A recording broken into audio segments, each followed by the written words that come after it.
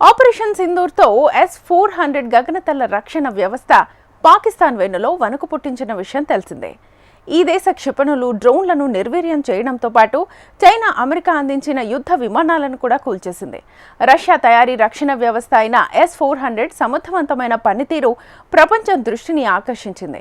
చైనాలో SCO సదస్సులో Russia అధ్యక్షుడు పుతిన్తో ప్రధాని మోదీ భేటీ అనంతరం ఆ దేశం నుంచి మరిన్ని S-400ను కొనుగోలు చేసేందుకు భారత ప్రభుత్వం చర్చలు జరుపుతోంది. ఈ వార్త ఇప్పుడు పాకిస్తాన్తో పాటు అమెరికాకు కూడా కంటి మీద కొనుక్కు లేకుండా చేస్తోంది. ఇంతకీ ఏమిటి S-400 ప్రత్యేకత? పహల్గామ్ ఉగ్రదాడికి ప్రతీకారంగా భారత్ చేపట్టిన ఆపరేషన్ సింధూర్లో పాకిస్తాన్ చిత్తవటం తెలిసిందే.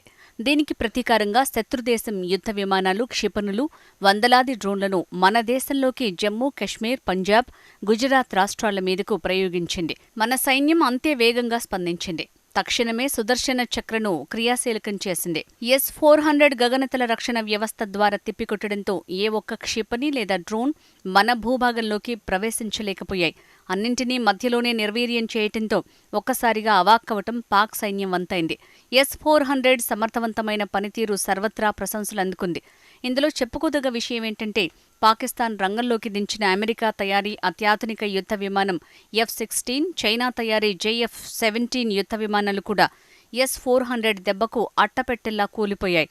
ఓ విమానాన్ని ఏకంగా 300 కిలోమీటర్ల అవతల నుంచే ధ్వంసం చేసింది. S-400 గగనతల వ్యవస్థలో వాడే 4 రకాల క్షిపణుల్లో 40 N6 రేంజ్ 400 కిలోమీటర్లు.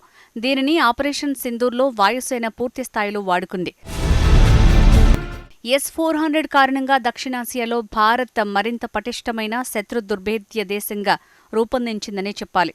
మన ప్రత్యర్థులు, ముఖ్యంగా పాకిస్తాన్ మనోధైర్యాన్ని బలీయంగా దెబ్బతీసింది. గుర్తించటం, వెంటాడటం, ధ్వంసం చేయటం అనే దీనికున్న 3 ప్రధాన లక్షణాల కారణంగా పాకిస్తాన్ చేసిన ఎదురుదాడులన్నీ విఫలం కావటమే కాదు, భారత ఆధిపత్యం మరింత విస్పష్టంగా ప్రదర్శితమైంది.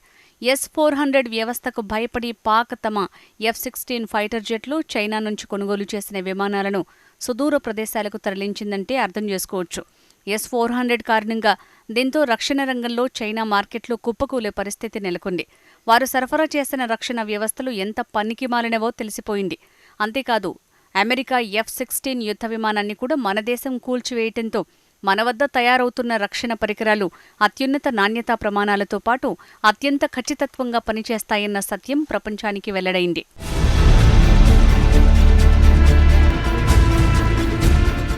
S-400 మిసైల్ వ్యవస్థ ఎలా పనిచేస్తుంది? సంక్షిప్తంగా తెలుసుకుందాం.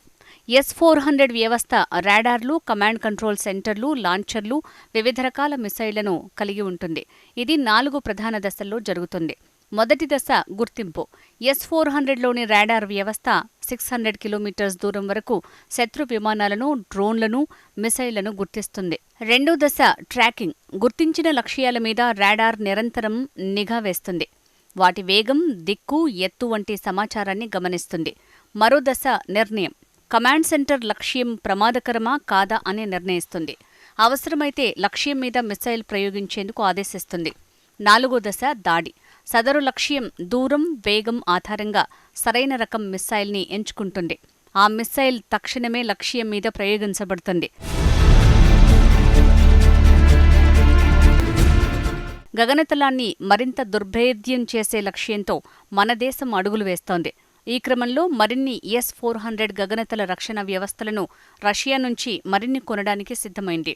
2018లో రష్యాతో భారత్ 46,000 కోట్లతో ఎయిర్ డిఫెన్స్ డీల్ కుదుర్చుకోవటం తెలిసిందే. ఇందులో భాగంగా 5 స్క్వాడ్ల S-400 యూనిట్లను రష్యా తయారు చేసి భారత్కు ఇవ్వనుంది. ఇప్పటికే 3 స్క్వాడ్రన్లు భారత్కు చేరాయి. ముందు అనుకున్న ప్రకారమే 2025-26 నాటికి మిగిలిన 2 స్క్వాడ్రన్ల S-400 గగనతల రక్షణ వ్యవస్థలను భారత్కు అందజేయడంతో పాటు మరికొన్ని అందించనుంది రష్యా. గగనతల భద్రత మరియు యాంటీ డ్రోన్ టెక్నాలజీ రంగాల్లో భారత్తో ద్వైపాక్షిక సహకారాన్ని మరింత విస్తరించేందుకు రష్యా ఆసక్తిగా ఉంది. ప్రస్తుతం ఈ వార్తలు పాకిస్తాన్తో పాటు అమెరికాకు కూడా ఆందోళన కలిగిస్తున్నాయి. రక్షణ రంగానికి సంబంధించి ఆయుధాల సరఫరా విషయంలో రష్యా మన దేశానికి కీలక భాగస్వామిగా ఉంది. దీనికి దశాబ్దాల చరిత్ర ఉంది. ప్రస్తుతం నెలకొన్న పరిస్థితుల్లో యూరప్ మాత్రమే కాదు భారత్లోనూ రక్షణ సన్నద్ధత అత్యంత కీలకమైన అంశంగా మారింది. మాస్కో నుంచి ఆయుధాలు కొనొద్దని అమెరికా ఎంత ఒత్తిడి తెచ్చినా మన దేశం తలొగ్గటం లేదు. Stockholm International Peace Research Institute ప్రకారం 2020-24 మధ్యలో భారత్కు అత్యధికంగా 36% ఆయుధాలు రష్యా నుంచే వచ్చాయి. రష్యా ఆయుధాలైన T-90 ట్యాంకులు, సుఖోయ్ 30 MKI భారత్లోనే లైసెన్స్డ్ ప్రొడక్షన్ చేస్తున్నాయి. ఇక మాస్కో నుంచి MiG-29 ఫైటర్ జెట్లు, కమోవ్ హెలికాప్టర్లు, air craft carrier INS Vikramaditya Bharat అందుకుంది. ఇక AK-203 రైఫిల్స్, బ్రహ్మోస్ క్షిపణులను భారత్లోనే తయారు చేస్తున్నారు.